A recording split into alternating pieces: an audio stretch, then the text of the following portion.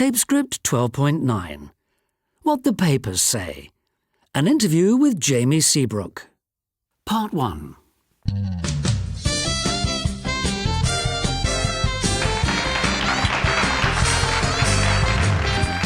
now for my final guest. He's a singer and songwriter who's been in the music business for 20 years. He still performs sellout concerts in front of 50,000 people. But his life hasn't all been easy. He's had problems with his family, and he's been in trouble with the law. And he's just completed a month's rehab in a clinic in Texas.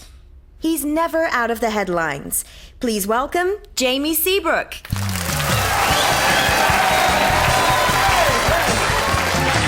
Hello, good evening. Now, Jamie, you're in the newspapers and magazines every day. You are photographed wherever you go. Tell me, what do you think of the press? Well, it's kind of nice to have people want to know all about me.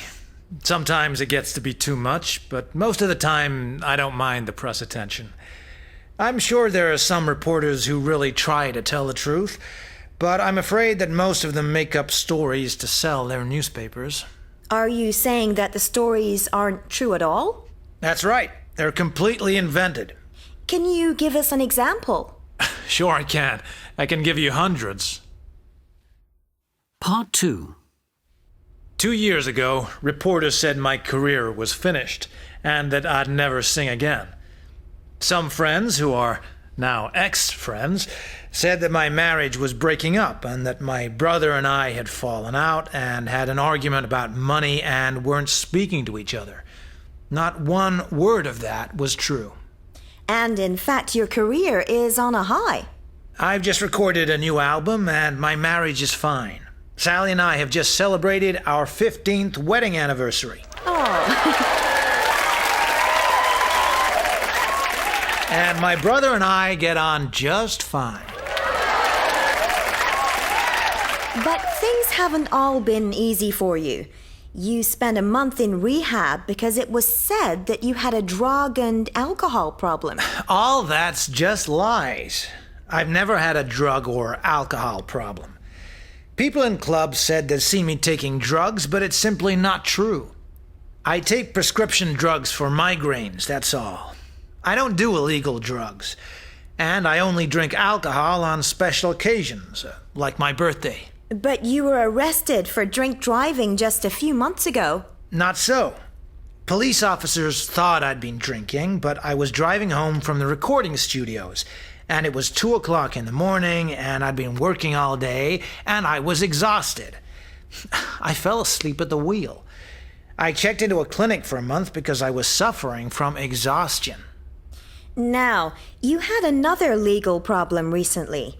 Your personal assistant, Barbara James, said you hadn't paid her for 6 months, and you made her work 7 days a week without a break. Is that true? It broke my heart when Barbara, my PA, said those things about me. I treated her like my own family. When I met her, she was nothing, and I gave her everything. None of what she says is true. Part 3. I read that you have become a Buddhist, that you have stopped eating meat, that you spend 4 hours a day meditating, and that you were going to give half your future income to charity. Is this true? Yes, it is. I've decided that life is too short, and I'm getting old. I don't care what people think. I made up my mind to do something useful with my life. Now, when this story broke a few days ago, the news presenter on NBC's Morning News refused to read the story, saying that there were much more serious stories that deserved attention and that you were just a celebrity. What do you say to that? I can't control what the press says about me. I have to be true to myself. I live my life as honestly as I can. I try to be nice to everyone around me. If you're in the public eye, then you have to be prepared to have some pretty terrible things said about you. I know what's true about me and what's a lie, but I can't change what is said about me in the newspapers and on the television. Well, sadly, our time has run out, and we've come to the end of the show. A big thank you to my guest, Jamie Seabrook, and good luck with the new album.